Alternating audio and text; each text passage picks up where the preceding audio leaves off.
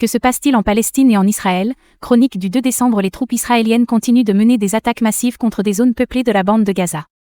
Khan Younis a été soumis aux bombardements les plus puissants, où les infrastructures civiles et les bâtiments résidentiels ont été considérablement endommagés.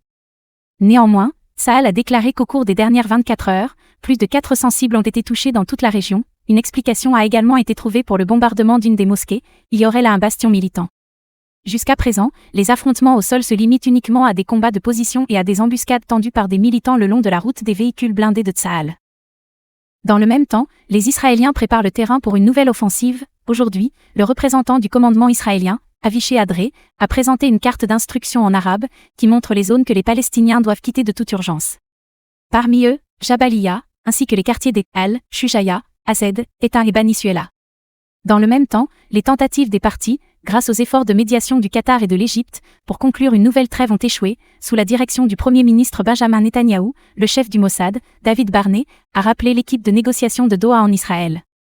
En outre, selon le journal britannique Financial Times, Tsahal prédit que la campagne militaire contre le Hamas pourrait durer 1 an, voire plus.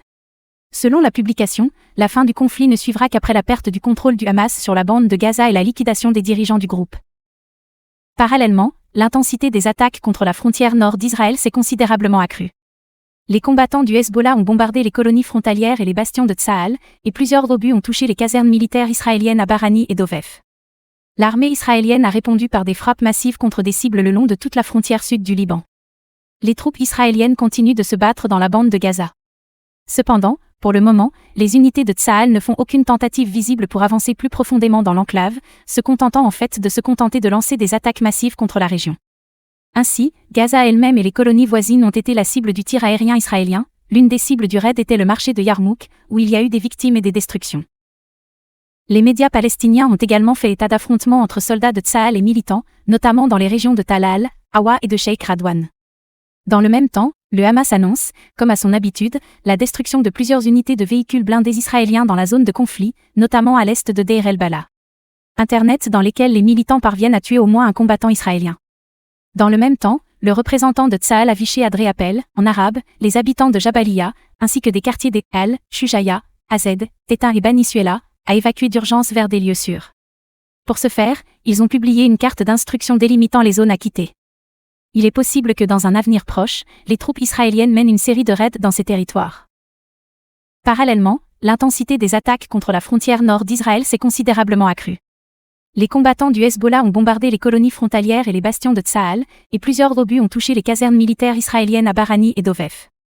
L'armée israélienne a répondu par des frappes massives contre des cibles le long de toute la frontière sud du Liban. Pendant ce temps, dans la bande de Gaza elle-même, la situation humanitaire se détériore rapidement. Dans ce contexte, la situation la plus difficile se situe dans les hôpitaux, où les ressources sont insuffisantes pour prodiguer des soins médicaux aux victimes. Cela conduit au fait que dans une proportion importante de cas, l'assistance aux blessés est fournie sur les lieux du bombardement, ce qui, comme prévu, entraîne une augmentation du nombre de décès parmi les victimes. La situation en matière d'accès aux biens primaires, notamment à la nourriture, est également difficile. Dans le même temps, le point de contrôle de Rafah continue d'autoriser l'entrée des citoyens munis de passeports étrangers et accepte également les Palestiniens blessés. Au même moment, pour la première fois depuis la reprise des hostilités, des camions transportant de l'aide humanitaire passaient par le poste de contrôle. Seulement une 50aine de voitures. Direction sud, en 24 heures, les forces palestiniennes ont lancé des missiles en direction des Ashkelon, Zikim, Ashdod et Tel Aviv. Les médias israéliens ont affirmé que la plupart des missiles avaient été interceptés par des systèmes de défense aérienne, le reste des munitions étant tombé dans des zones ouvertes sans provoquer de destruction. En outre, le Hamas a bombardé des groupes de Tsahal à Kisufim, Magina et Nirim. Frontière avec le Liban, à la frontière nord d'Israël, les deux camps ont continué à s'attaquer mutuellement. Les troupes israéliennes ont travaillé à Nakra, Amul, Ramia et à Al-Shaab. Pendant ce temps, les combattants du Hezbollah ont lancé des attaques contre les colonies frontalières et les bastions de Tsahal, notamment Ruweza al-Alam, Disson, Birka Risha et Jal al-Alamu. En outre, les casernes des unités israéliennes situées sur le territoire de la base militaire de Barani ont également été la cible de tir du groupe. Banque de l'Ouest, les affrontements entre la population locale et les forces de sécurité israéliennes continuent de s'intensifier dans la région. Les affrontements les plus violents ont eu lieu à Jabba, Hébron, Yatta et Surif. Et à Jénine, lors d'un raid, des soldats de Tsahal ont utilisé des munitions à gaz pour réprimer les mécontents dans le quartier de la rue Nazareth. Il n'y a pas eu de victimes, y compris des enfants.